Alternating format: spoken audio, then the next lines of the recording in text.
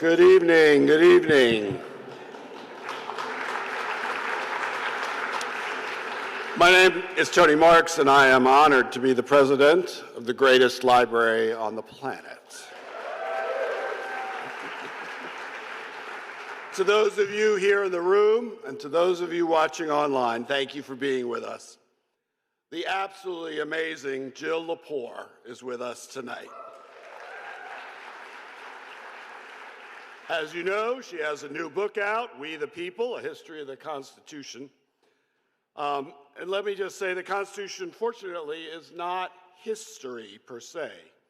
It is the oldest Constitution in the world, and it does remain one of the least amended, and we'll hear more about that from Jill this evening. Jill's books, as well as her writings in the New Yorker, the Atlantic, and elsewhere, document the thousands of attempts to change the Constitution over our long history, the handful of successes and the many, many failures. She describes it as, quote, a history of American constitutionalism as told through a collection of stories about constitutional change, and I think she would add, and constitutional not change. Pre-signed copies of the book are available for purchase right over there and through the library shop, and of course you can check it out from the New York Public Library. Let me just say on a more personal note, Jill is brilliant and prolific, breathtakingly so. I say that with certainly humility and some jealousy. She is an essential voice at a pivotal moment in America's history. We have had these moments, pivotal moments, before, including our founding that we're going to talk about tonight. The founders understood that the Constitution must be amendable and must be amended. It cannot be kept in amber for it to be alive to meet the moment. And if you need proof of that originalist idea of amending the Constitution, go up to our Amazing Treasures exhibit where you will see one of the original copies of the first amendments by the founders, the Bill of Rights.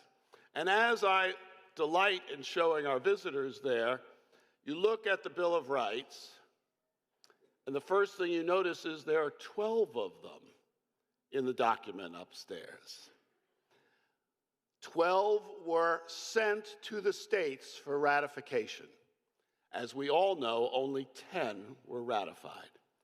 The two, forgive me, Jill, the two stupid two were taken out. One about how much to pay Congress, and one about proportionality that would have created a House of Representatives of something like 5,000 members today.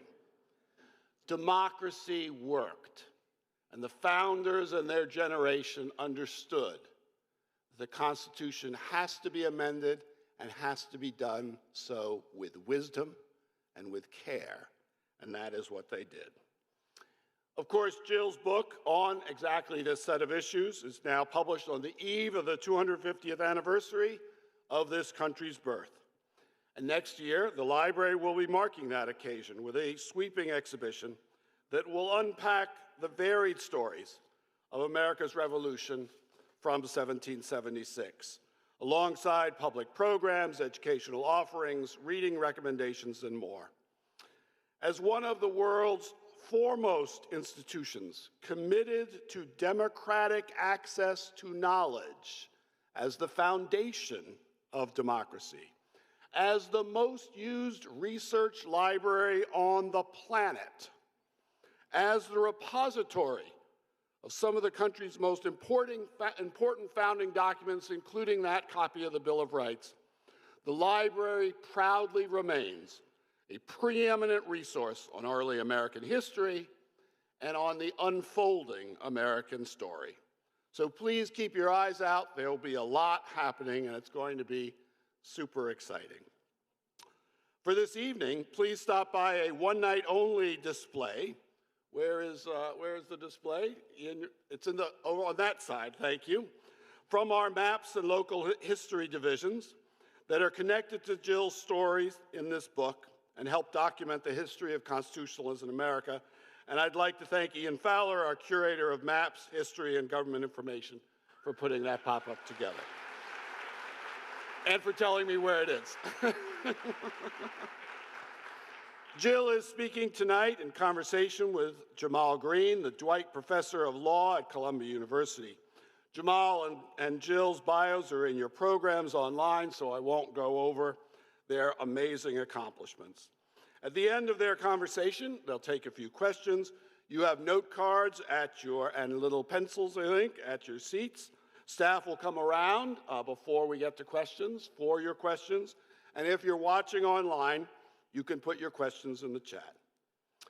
Live from NYPL is made possible by the continuing generosity of Celeste Bartos, Manaz Isbahani Bartos, and Adam Bartos. And of course, we couldn't do any of it without all of you here and all of the millions of New Yorkers who love and support their library, as well as the astonishing leadership of our Board of Trustees, and we're honored tonight to have the chair of the board, Abby Milstein, as well as Trustee Joan Hardy-Clark with us this evening. Thank you for all that you do. So, with thanks for all of that support from everyone, please join me in welcoming Jamal Greene and Jill Lepore.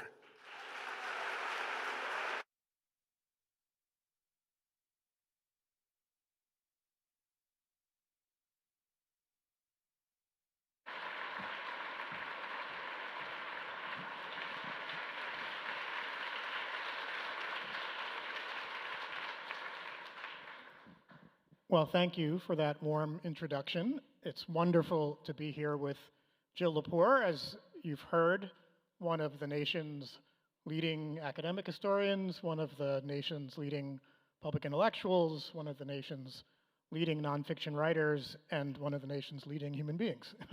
So I'm just thrilled to be able to be here in conversation with you, Jill. Well, thank you, Jamal. It's really a delight to be here with my intellectual hero, Jamal Greene. And it's just so wonderful to be here in the New York Public Library, an institution that is so central to New York and embodies the best of what public libraries are in this country. So I want to start off, before getting into the substance of this phenomenal book, with a question that I think all authors are thinking about when they're writing a book. I think especially academic authors, is about audience. So, as I said, you're an academic historian, but you also, of course, write for more general audiences. As you're putting a finger to keyboard as you're writing this book, who's the reader you had in mind when you were writing this volume? You know, I get a lot of email from readers, and I navigate by it, I will honestly say. I remember I had written a series of pieces for The New Yorker, really kind of 2012 to 2015 maybe, about the history of different political institutions, like the party system or presidential debates or polling. And I got a lot of email from younger people in particular saying, wow, I didn't know that the party system is not in the Constitution, like, thanks for that article. And like, I kept getting those, and perfectly sensible to not know that the party system is not written into our, it's perfectly understandable to not know that. But I think I kept kind of navigating around, like, well, maybe there's some other fundamental institution that I should try to offer some kind of a readable history of, or like I wrote this piece that was a history of the Supreme Court called Benched. And I kind of love doing those pieces, like, honestly, like, no offense to the law school professors, yourself included, like, I don't find the history of the Supreme Court super fascinating, but I love the challenge of, like, how could I make this interesting to someone who's like feeding their kids breakfast or on the subway kind of thing. So yeah, I have that person in mind, because a lot of people wrote to me after my book, These Truths, came out in 2018 and said, oh, I didn't know this about the Constitution, or I didn't know this about Magna Carta, or you explained the Anti-Federalists better, and I didn't understand what they, like, and it made me think, oh, maybe I should write a book that's just about the Constitution. So just turning to a bit of substance to start, what's the kind of elevator pitch for this book? And the elevator pitch is, you're in an elevator, you have got 30 seconds, and then they're going to leave, and you're going to leave. I'm going to give you more than 30 seconds. So pretend that, you're getting off, you're talking in the elevator bank or something for a little bit because it was so interesting. What do you want? What's the take home from the book? Well, that we are the authors of our own constitution, that written constitutions were new in the 18th century, a new technology, a new idea, a new piece of political philosophy, and that through trial and error, the founders of written constitutionalism in the United States established some basic principles that constitutions should be written by specially elected conventions, they should be ratified by the people through a popular vote, and they should be amendable by the people through a process of amendment.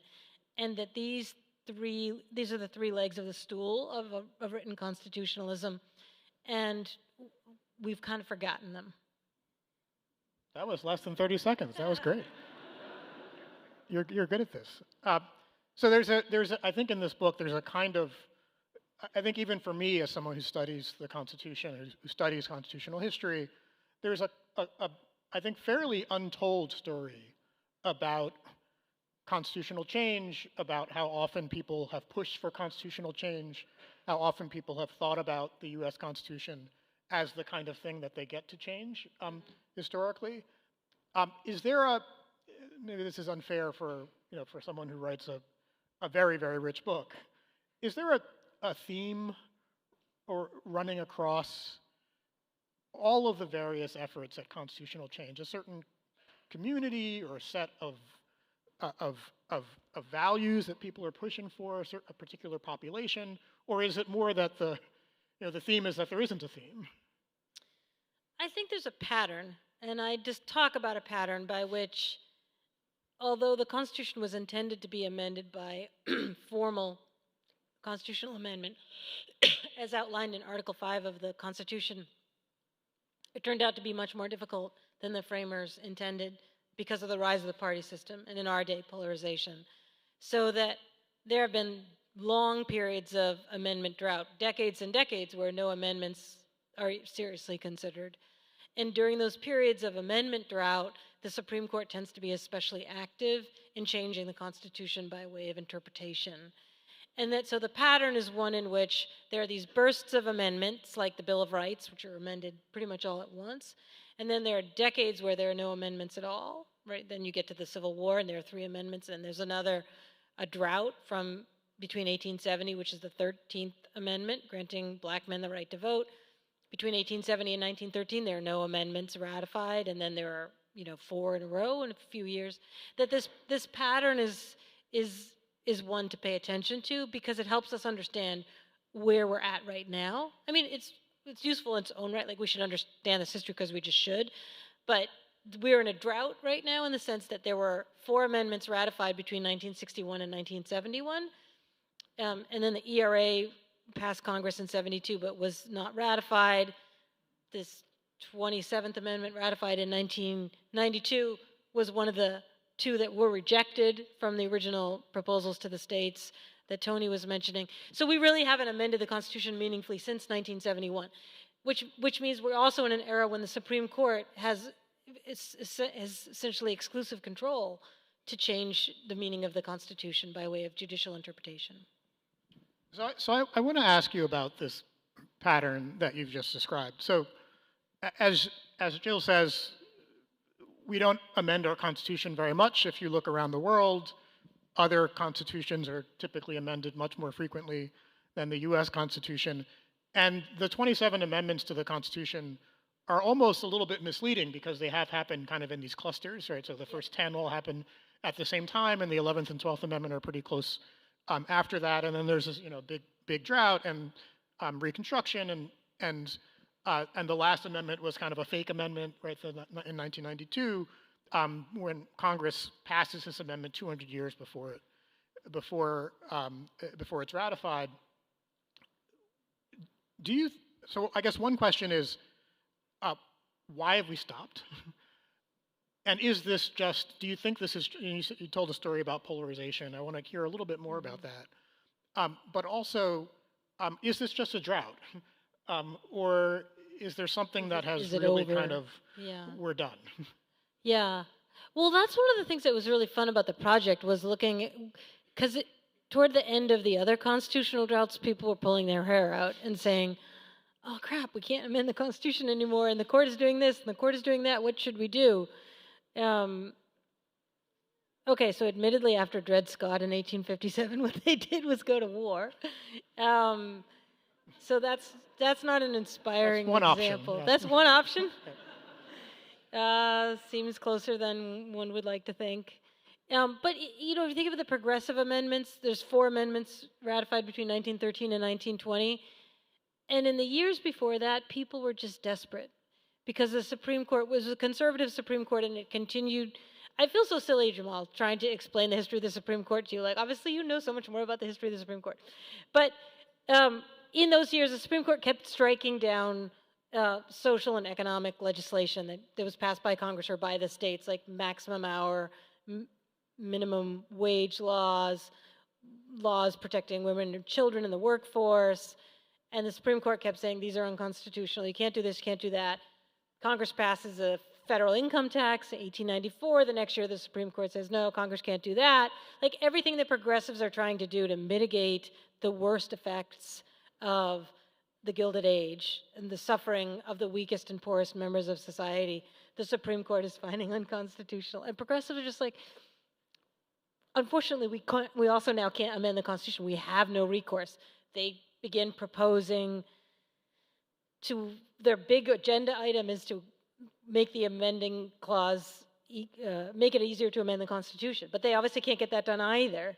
So they're just desperate. And their big problem is the Senate. And at the time, the Senate is elected by state legislatures, and it's just like the millionaires lobby that elects the Senate. And they're just like, they have so many frustrations. And they ask themselves the very question you've just asked, like, is it never going to be possible to amend the Constitution again?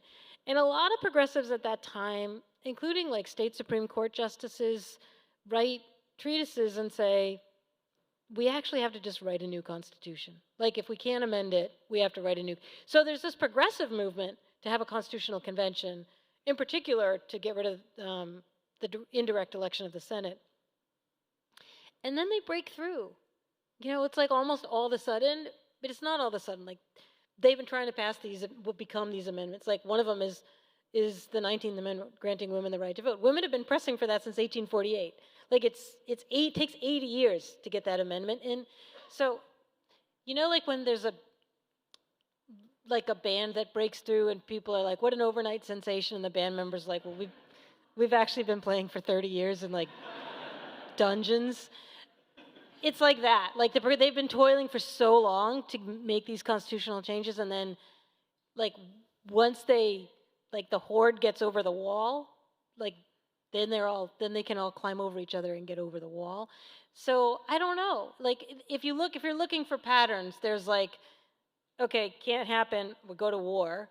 Can't happen, we just press and press and press and then make it through. There are other options, but those seem to be the 2 most relevant reference points for us. So let me maybe I'll play devil's advocate for a little bit. You can also straight out disagree with me. I don't think I've necessarily persuaded you. Well, that's fine. Well, so here's a claim that the reason we have not amended the Constitution very much, or there are more than one reason, but one of the reasons is that the population of people who are actually able to actively participate in politics is radically more diverse than the population that wrote the original Constitution, radically more diverse than the population that ratified the 13th, 14th, and 15th Amendments. And anytime you have a very diverse population, getting above a certain consensus is just going to be really, really hard, if not impossible. And then put on top of that we're 50 states now, and we were 13 states when the Constitution is written. And so that's a more pessimistic story. If you think that amendment is good, and we can talk about that too. But that's a pessimistic story that just sort of says, look, they set the bar too high. They were a small elite, relatively small elite in the 1780s, and now that we are this really diverse, really pluralistic people, we just can't get it together. Because everyone counts now. So is that what's your reaction? I think that is a perfectly reasonable account of what is going on, but it does beg the question: is the Constitution, which was written to be amended, legitimate if it has become unamendable? I think that just raises the question of constitutional legitimacy, and we could decide, okay. And I think for much of the 20th century, a coalition of liberals and civil rights activists, and later gay rights activists and other liberals and progressives decided it's okay that it's unamendable because we can go to the court to establish fundamental rights, to affirm our constitutional rights, to guarantee rights to minorities that are not going to win these rights through popular election, and that are not going to be able to secure these rights by way of amendment. And that worked for liberals so long as the Supreme Court was liberal. It doesn't work for liberals anymore, or for the civil rights movement, or for the gay rights movement, or LGBTQ activists. And so, or for environmental activists who might have gone to the court for decisions, right? Like a whole swath of an agenda that was secured by way of legislation and affirmation by the court is in jeopardy. And so you pay the piper. Like, you abdicated constitutional amendment and decided you could work with the courts instead. Now everything that you did can be overturned, right? So it's a deformity of the separation of powers and the way the Constitution is meant to work if the only route to constitutional change is the court. When you're in these eras when the only route to constitutional change is the court, then you have this exaggerated importance of every individual judicial appointment, even in the lower federal courts, where people know the names of the wives and husbands of people who are going to be appointed to the court, where there are television commercials about Supreme Court justices, where there are death threats against Supreme Court justices, where people have views of where Ruth Bader Ginsburg speaks to an audience of 10,000, where justices publish memoirs and children's books, where they have a kind of role in our public discourse that a court that's supposed to be immune to public opinion ought not to have. I just think I think if you give up on amendment because it's no longer possible for the reasons you mention, then you're accepting a deformity of our constitutional arrangement. And we could accept that, but to just accept it kind of passively seems, and to not even realize one is accepting it, seems to me the problem. So there's a kind of rock and hard place that you've just described, where the court has this outsized role, a role it was not intended to have initially, and it has its own set of pathologies and issues. But then amendment seems really, really hard for lots of reasons, some having to do with polarization and some having to do with sort of unseriousness, and we don't even agree on kind of basic facts. When the framers of the Constitution faced a somewhat analogous problem, which is they had the Articles of Confederation. The Articles of Confederation could only be amended unanimously, with unanimous consent of the states. That wasn't going to happen. So the Constitution that we think of as the Constitution today was extra legal from the perspective of the Articles of Confederation. They weren't supposed to be writing a new Constitution. They did anyway, and then declared sort of new rules for ratification.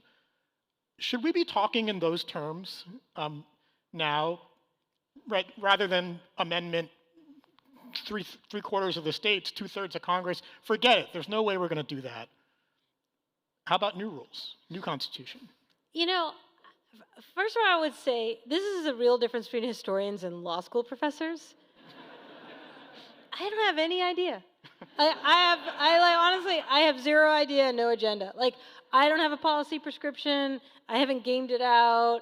I'm not going to write a law review article suggesting this is what we should do. I'm not going to go on TV and say, this is my list of amendments. Amendments are great, we should do them. Or, here's who I think should run for the Constitutional Convention. I just genuinely and sincerely do not have that. Like, as a citizen, if there were certain amendments being bandied about, I would support certain of them, and I'd be vehemently opposed to others of them, like anyone else. But, like, what should we do? This is why historians are so useless. Like, don't ask us. Like, we are the wrong people. Like, there's a funny thing about that historians do appear on TV all the time and often say what they think we should do. Here's the secret. They're always wrong. Never trust a historian. Like, I've kind of been fascinated. Like, I've been talking to people about this book for a while now, and the more skeptical, you're being very kind, but the more skeptical readers are like, well, you know, what is your ideological agenda here? Like, do you want to overthrow the Constitution? Do you want to denigrate the framers? Do you hate America? Like, what is it you're trying to accomplish? You want to get rid of the Electoral College, don't you? Like, as if like there's some big secret plan that I'm a one-woman conspiracy. I genuinely don't have, like, what I really care about is we have a crappy history of the Constitution as a matter of public memory.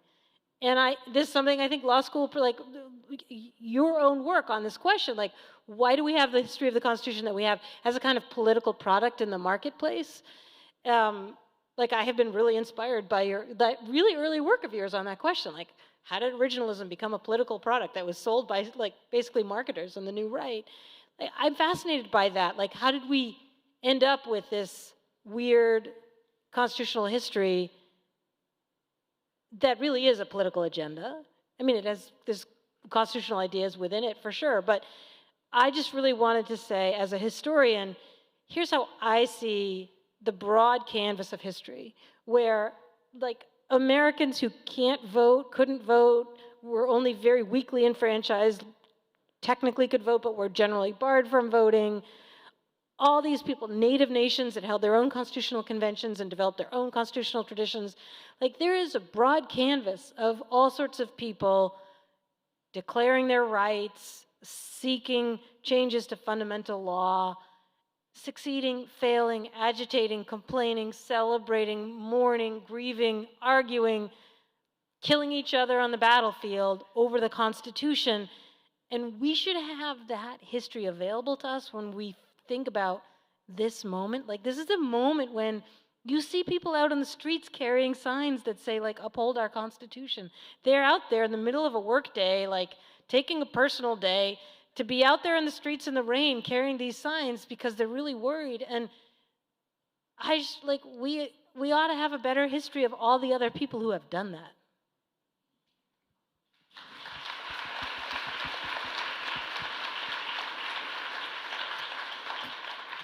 Well, I'm going to tell you the law professor's trick, which is you just keep saying it even if it's disproven. So I want to kind of jump off what you just said about where we are, and I'm guessing there are people in the audience and people who are thinking about this book who are thinking in terms of the moment that we find ourselves in.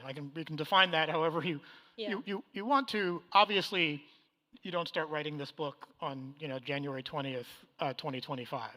At the same time, it's impossible not to think, well, here's a book about our history, here's a book about historical memory, here's a book about change, and we're in this very fraught moment.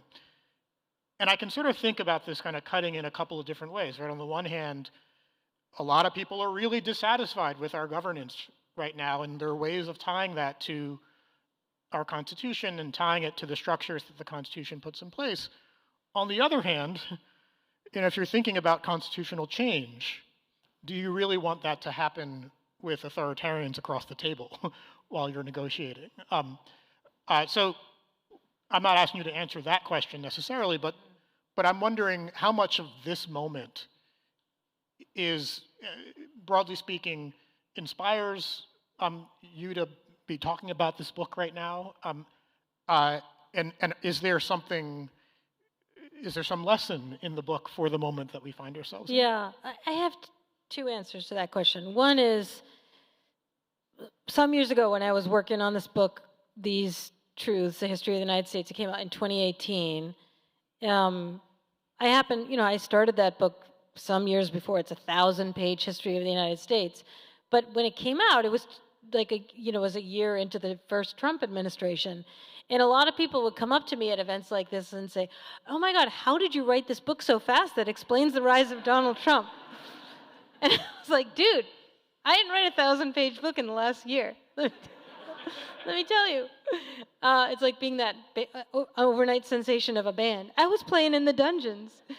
I had written more than half of the book, and I had always planned that book would end with Barack Obama's inauguration, January of 2009. This was a great ending. It was it would be 10 years in the past by the time the book came out, safely in the past. I didn't know who was going to be president. I didn't care. I was just like, that's my beautiful ending. Who would ask for it? It's like a Hollywood ending. And then as I was finishing the book, Trump was elected, so I added 4 pages that ran through Obama's 2 terms in office and that ended on election night of November 2016. And the thing is, I would try to say to people, the same country, as we know, that elected Barack Obama elected Donald Trump. In fact, there's the same history behind them both. You could read that history either way. The book could have ended with either of those endings, and it still would have seemed hopefully if you're doing your work as a writer, the thing should be headlong and inevitable. That's how you kind of want your plot to work, right? You don't read a novel and you'll be like, that should have ended differently. The ending should feel perfect. So I think the ending with Obama felt perfect to me. The ending with Trump felt perfect to people too, because the history of the country is so many-headed. So my answer to that is this history would have been the same no matter whether Trump was reelected or Harris or Biden or Shapiro or Gretchen Whitmer, whoever might have been a candidate and won that election, because I also wrote most of it before that. But that said, that doesn't mean there isn't something in my mind about what this history helps me to see about this moment. And one thing is, if you give up on the idea that we are the authors of our own Constitution, and you have ceded to 9 justices the exclusive and supreme authority over constitutional interpretation and constitutional change, and you have also erected plinths for those people to stand on as celebrities, whether they're heroes or villains, they are celebrities, as fully as Trump came out of a celebrity culture of the 90s, as fully as Obama was a celebrity. They're pop stars in the political world.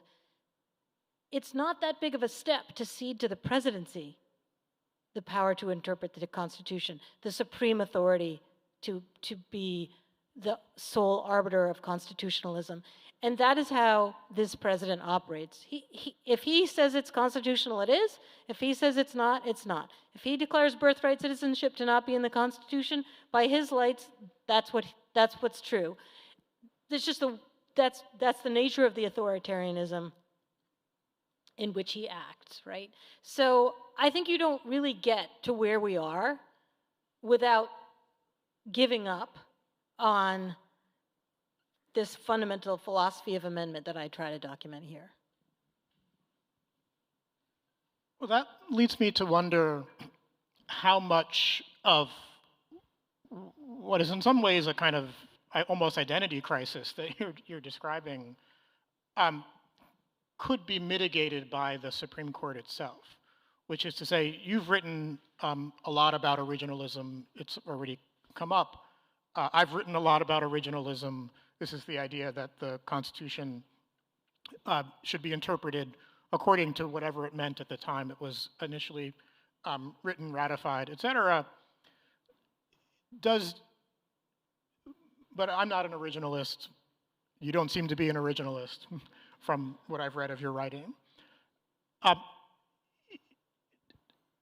how much does Jill Lepore get interested in constitutional change if you don't have a Supreme Court that's interested in originalism, right? Which is to say, if the court is just kind of doing what common law courts have done for much of our history, which is they're deciding cases incrementally, they're kind of deferring to Congress fairly broadly, they're not moving the law too much, and so we're kind of evolving along with the Constitution, and the court's respecting that.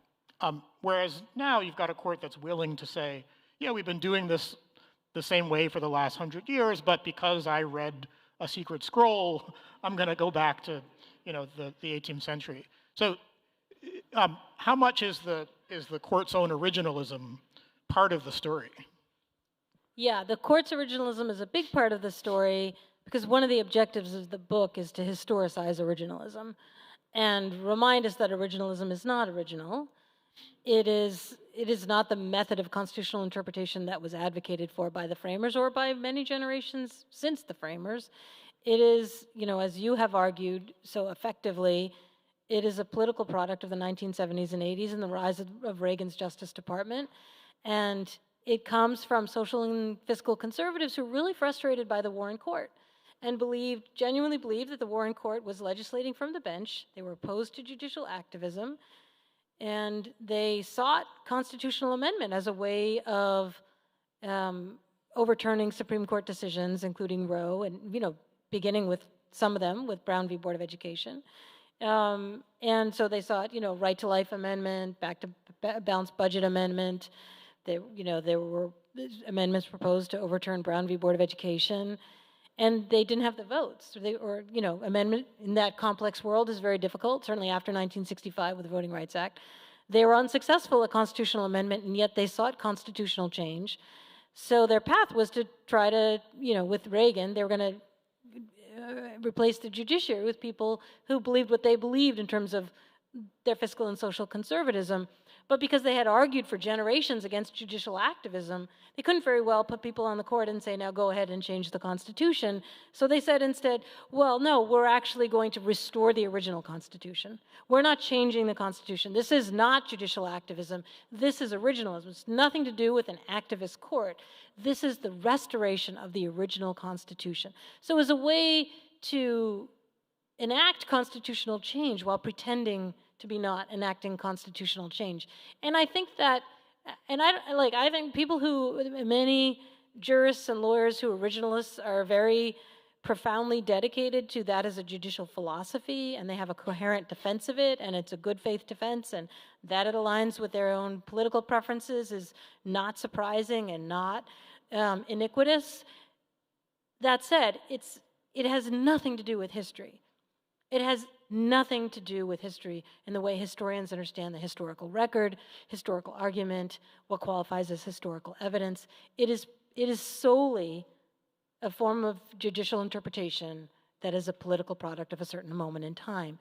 And I think it's important to see it that way because it also is not everlasting. It's not eternal. It doesn't begin with the Constitution, and it is not endless or limitless. You mentioned something that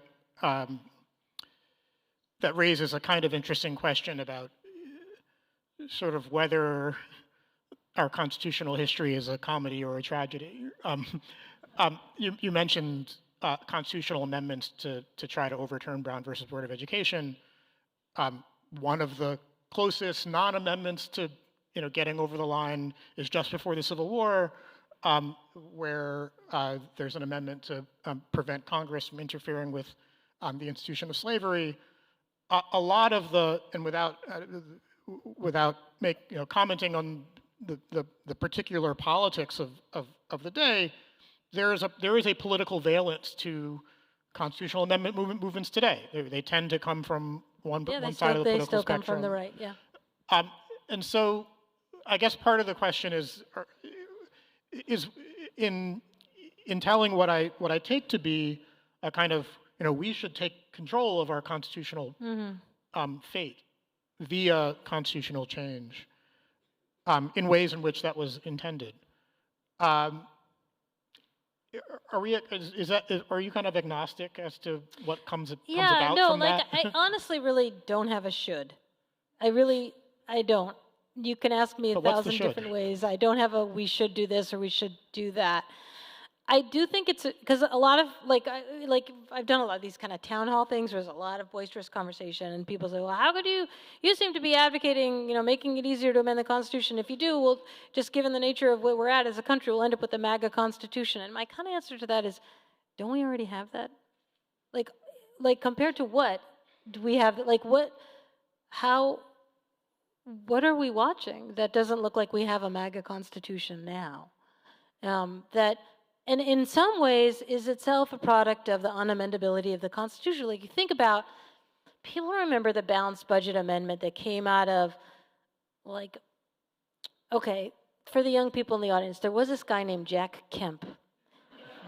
He was like a football player, and he really loved Milton Friedman. There was this whole moment where supply-side economists wanted to pass a constitutional amendment to force a balancing of the budget, which was a way to dismantle the administrative state, to sort of defund the federal government by way of requiring that it balance its budget.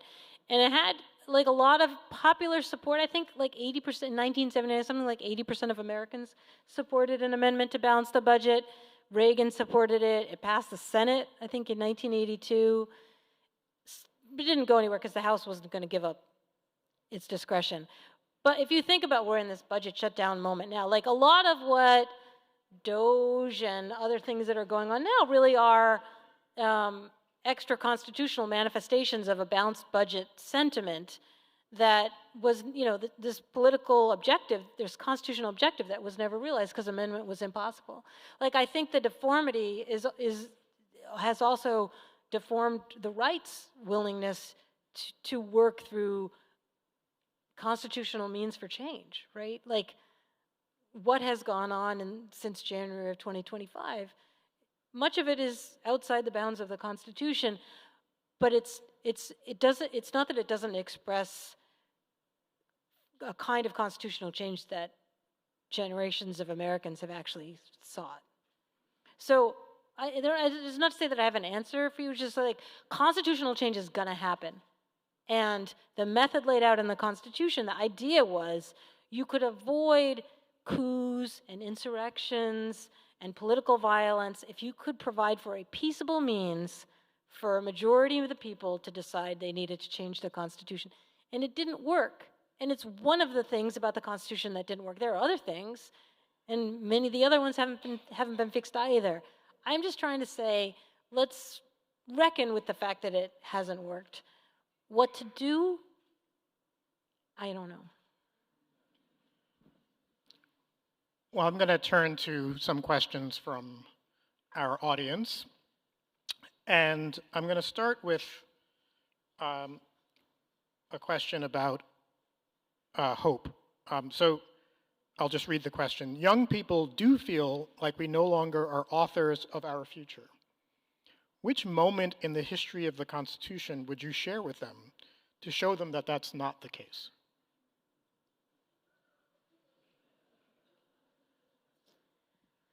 I think a lot about the 26th Amendment, which is the last meaningful ratified amendment. It was ratified in 1971, and it lowered the voting age from 21 to 18 at a time when the U.S. hadn't yet withdrawn from Vietnam, but 58,000 American servicemen and women died in Vietnam.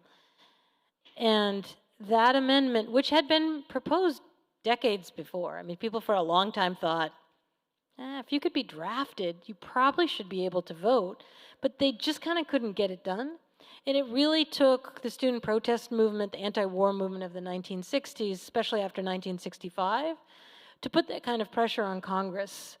I think that was a tremendously important achievement, and I think it's often insufficiently credited to young people, but I think that was an amendment that was chiefly the consequence of 18 and 19 and 20-year-olds getting out and being willing to say, if we have to fight this war, we have to fight this war, but we have to be able to vote. And I think that was it's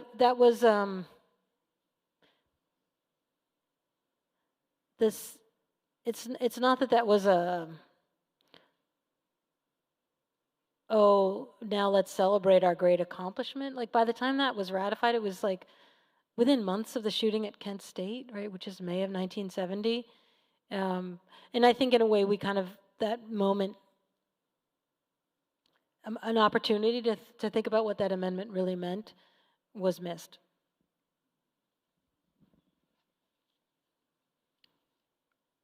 Okay, next question.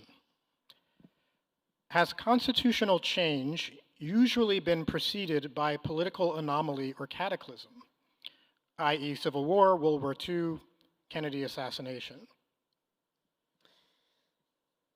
Constitutional change by formal amendment, absolutely. I think that's absolutely the case. Constitutional change of the, like Supreme Court decisions like Lochner or something, no. But, the framers called Article 5, the amendment provision of the Constitution, the constitutional door. And the idea was the door would always be left open. Like you could have a house guest any night.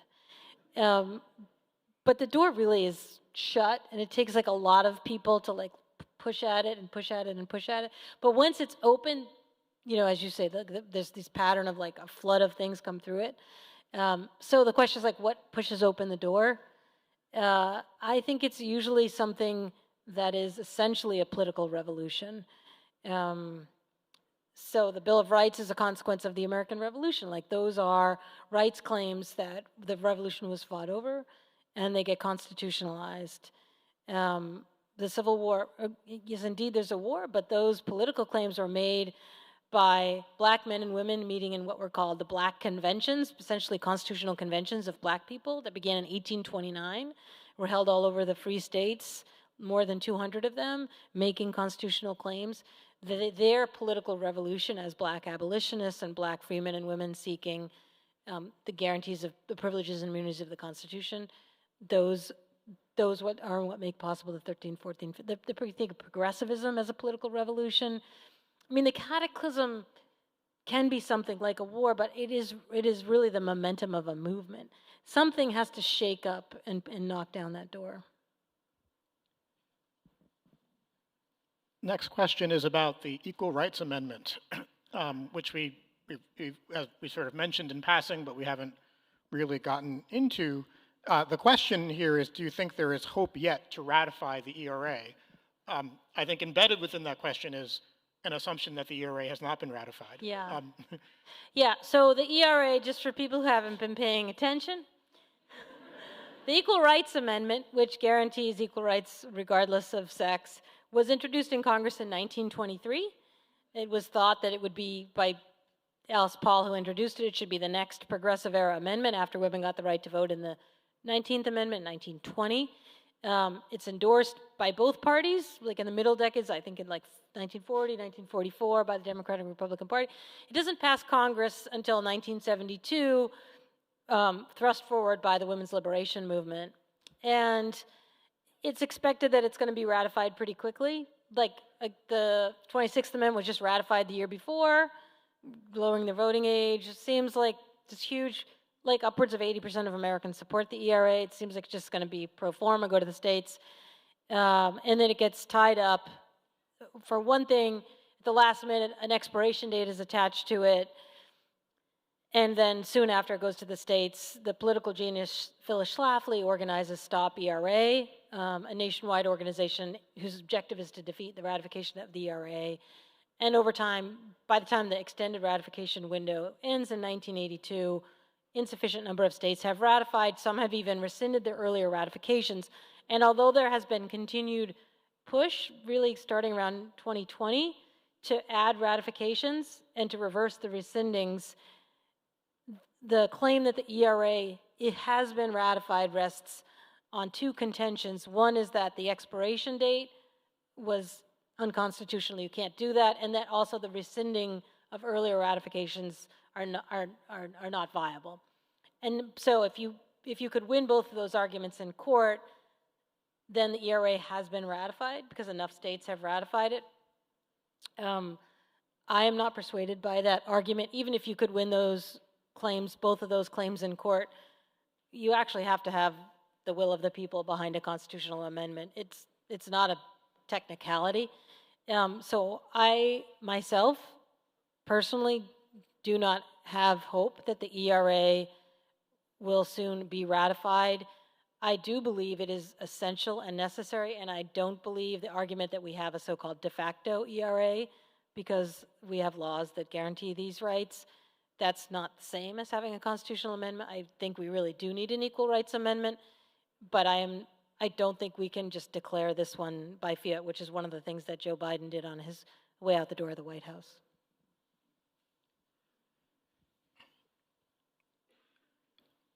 Question about the cults of the Constitution.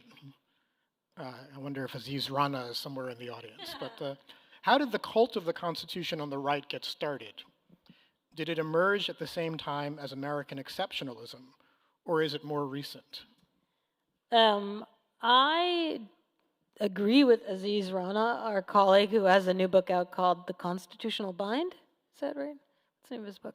It's about the Constitutional Creed. But the modern cult of constitutionalism really dates to the progressive era when modern constitutional conservatism is founded in opposition to progressive reforms.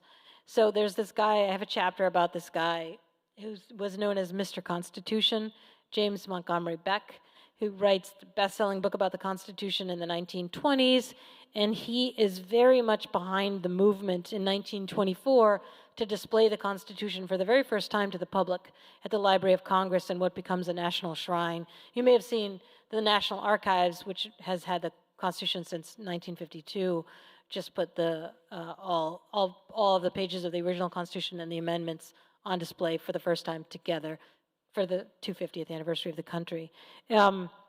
Constitutional conservatism it dates really to the First World War era, to national preparedness concerns, but mainly constitutional conservatives agreed with the Supreme Court's decision that the Constitution does not grant Congress the power to pass social and economic legislation of the sort that was being passed all over Western Europe.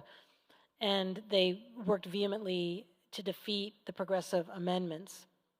And one of the ways they did that was it's quite a bit like the popular culture version of originalism, was by trying to really initiate a cult of constitutional veneration as a form of patriotism and equating that with patriotism, that to be a patriot was to accept the Constitution as is and as perfect and divine.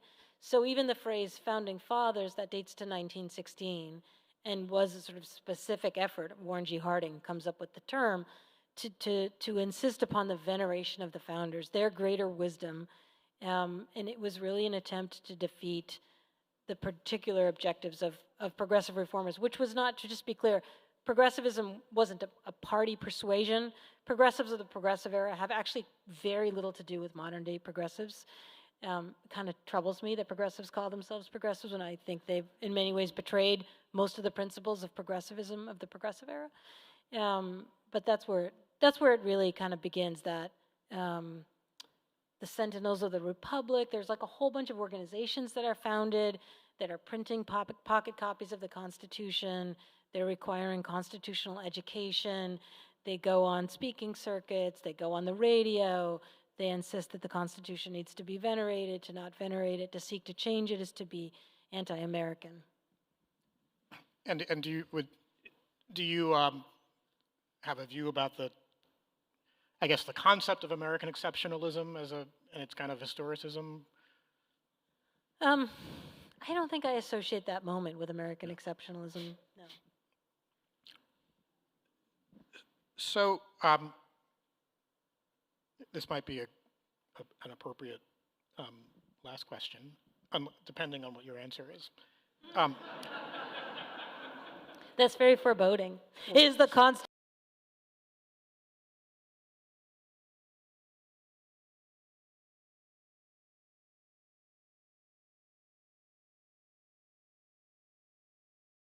Do a fugue state this summer? Raise your hand. I don't think I was alone. Our political discourse is chiefly run by bots that are owned by corporations who have no interest in the state as an entity, don't believe in the state, don't believe in liberalism or democracy or constitutionalism. So I wrote what, for me, maybe deep dive is the wrong thing.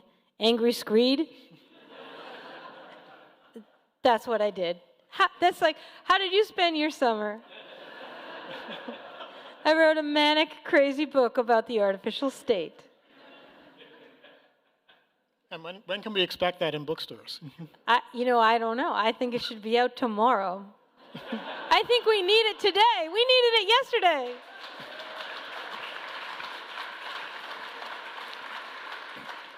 I'm gonna steal the last 2 minutes and just ask you a question that I always want to ask people who take this kind of deep dive into a subject, which is, what was your most interesting surprise? And I think sometimes people see really erudite people and they think that you had the ideas and then you just pour them into the book. But of course, writing a book is also a process of learning. Yeah, no, that would be boring. It's really, I found out so much stuff. I didn't know anything that's in this book. There's really very little that I knew. And even stuff I knew something about, I found something out about it that allowed me to tell it in a different way. Like there's this whole chapter about this machine that I'd never even heard of before, an orrery, which is a model of the solar system. I got completely obsessed with this Mr. Constitution guy because he was hilarious and is funny looking. I got really obsessed with this woman, Mary Kilbreth, who was the leading anti-suffragist and extraordinarily influential woman who left no papers behind and is quite mysterious and hugely important and wildly overlooked. I got obsessed with this guy, David J. Mays, who I identify as really the grandfather of originalism. He was a lawyer in Richmond, Virginia. He was the architect of the campaign of massive resistance against Brown v. Board of Education.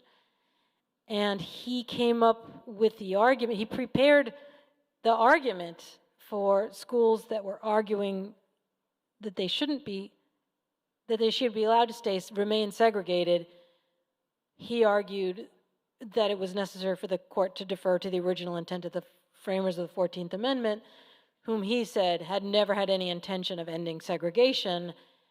And when he lost Brown to Thurgood Marshall's other argument, he set about leading the campaign of massive resistance, but also laying the intellectual foundations of what then becomes first articulated by Robert Bork in 1971, more recognizably as originalism. This guy left a diary behind that was recently published that starts with, as a very young man, he goes to see a lynching and writes about how great it was.